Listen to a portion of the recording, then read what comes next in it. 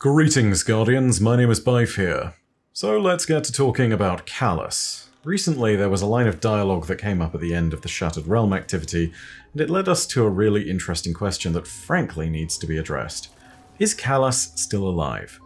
Let's go ahead and listen to this bit of dialogue so we can start to understand what's really going on. Taken, Scorn, the Hive, our true enemies aligned to a spearhead to halt our rescues of the Techians. No mention of House Salvation or the Cabal? House Salvation is in ruins. You saw to that. As for the Cabal, I am not worried about Empress Keitel. She and I will see eye to eye one day. But Calus... I agree. Calus is a problem.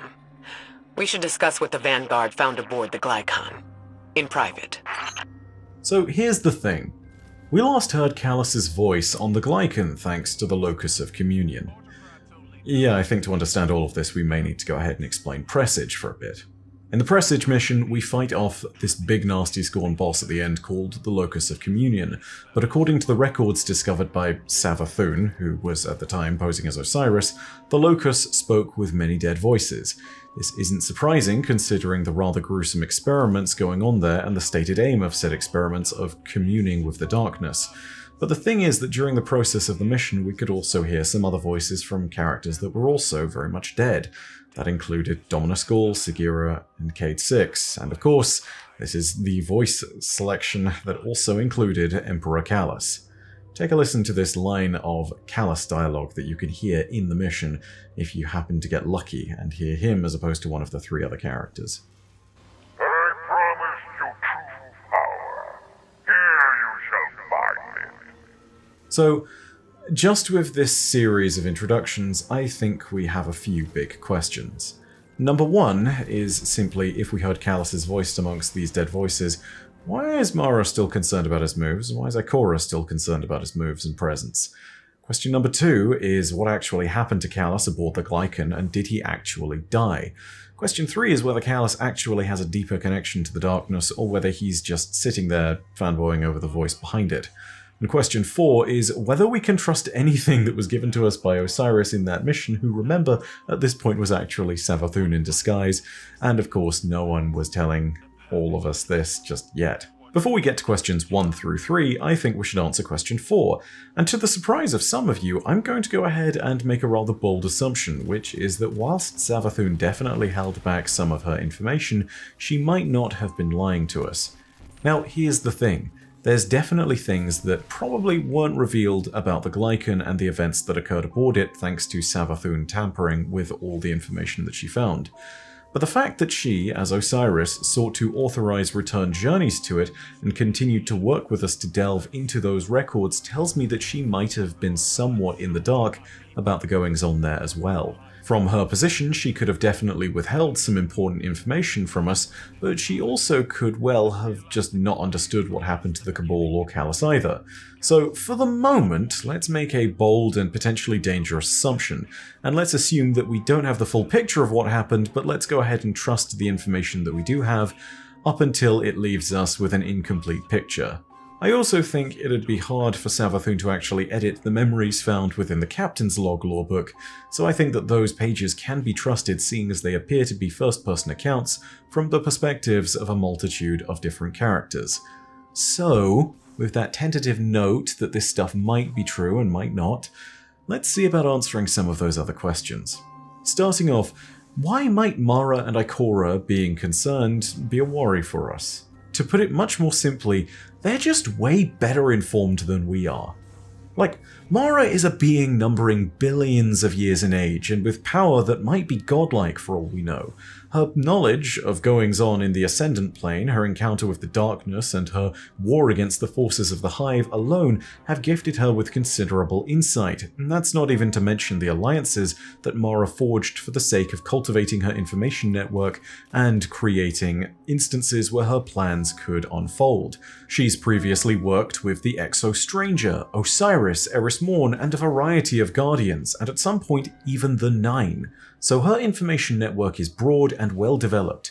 Ikora, on the other hand, is the leader of the Hidden, and unquestionably knows more about the goings-on of the system than most others. If she has concerns about Calus, that she believes are worth sharing with Mara, then the two women are bound to perceive Callus as an ongoing threat to both the reef and the city. Take these women seriously. Like, in real Destiny terms, if you guys are calling me Law Daddy all the time, then you should be referring to these two as Law Queens or something, because let me tell you, they just know it all better by several orders of magnitude. So, Mara and Ikora are both concerned about Callus, even if he's supposedly dead. But why might that be? Well, for Mara, it's probably Callus's obsession with the darkness, but for Ikora, it'd definitely be what was found aboard the Glycon and the records we discovered that indicated what happened to Callus. For those of you that need a refresher, in short, Callus was using Dead Scorn he had been experimenting on in conjunction with the Crown of Sorrows in order to attempt to commune with the darkness itself. What's most terrifying is that it might have worked. One day, according to the records found in the captain's log, a communion was attempted and Callus attended as usual. However, waiting for the darkness and waiting for the Crown and the Scorn bodies that had all been locked together to begin the process, as was usual, something different happened. Through the Crown, it's believed that the darkness might actually have acknowledged him. As the attempt began, this time things aboard the Glycon were different, and it crossed into the pocket of anomalous space near the anomaly of darkness where Mars had been. Instead of what would typically happen, a passage, Catabases notes that they instead hit a wall, and it was at this moment, without much explanation, that they were spat out into the pocket of dark anomalous space, and at that point, Callus had vanished, and suddenly, everything went wrong. This is where the big mystery of it all starts to become worrying, because whilst we've assumed that Callus is dead up until now, there's never been any true confirmation of his death, because, to be brutally honest, we still don't fully understand all these voices and why the darkness can use them. It's also not impossible that the darkness could simply manipulate whatever's inside its anomalies in order to give the appearance of something. Perhaps this could extend to the voices each person hears. After all, each person hears something that is very much personal to them. A possibility that I want to go ahead and throw out there, considering what we now know about Oryx and the Taken King, and the fact that he was merely borrowing the Taken and the way that that ability works, is that maybe Callus has been taken with a small t as opposed to a big T. Now, I'm not suggesting that Callus is going to come along and all of a sudden be monochrome and, have some kind of new ability. I'm suggesting that Callus might have been abducted and is now standing before the darkness. Again, that's not confirmed, but I get the sense that that might have happened. If Callus was pulled deep into the Ascendant Realm or into the clutches of the darkness itself, then he may have become a captive. But I think the more dangerous possibility is that he is now a willing instrument.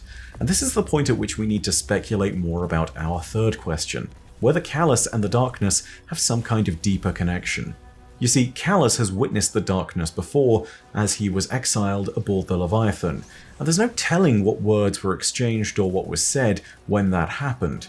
Callus appears to have willingly become its herald, and if one is to make a tactical analysis, then it makes perfect sense that the darkness might attempt to use Callus for its own ends. The Cabal homeworld of Torobatl lies in ruins thanks to Xivu Arath, and if Callus was to retake it as the darkness conveniently withdrew Xivu Arath's forces, then it would seem like a great miracle to the Cabal people and a direct challenge to Keitel's right to rule. In fact, her ability to rule and her fitness as a leader would be directly called into question, all whilst the darkness could obtain another army for its own use in the form of the Cabal, and all the while they would be stealing away our ally in the form of Keitel at the same time, who would then, at bare minimum, be in the place where she would have to fight a civil war, and at worst, might immediately be assassinated, thus removing any chance of a Cabal-human alliance, let alone an allied front alongside the Awoken and the Elixni. It's unclear if the Darkness would accept such a fate for the wilted former Emperor of the Cabal, but if it does happen, then it'd be making a very clear point that the Darkness is looking to put us in a state of disarray, and it's looking directly to undermine us. This, I fear, might be an eventuality worth pursuing for the Darkness, although it is somewhat lacking in a degree of simplicity to its plan.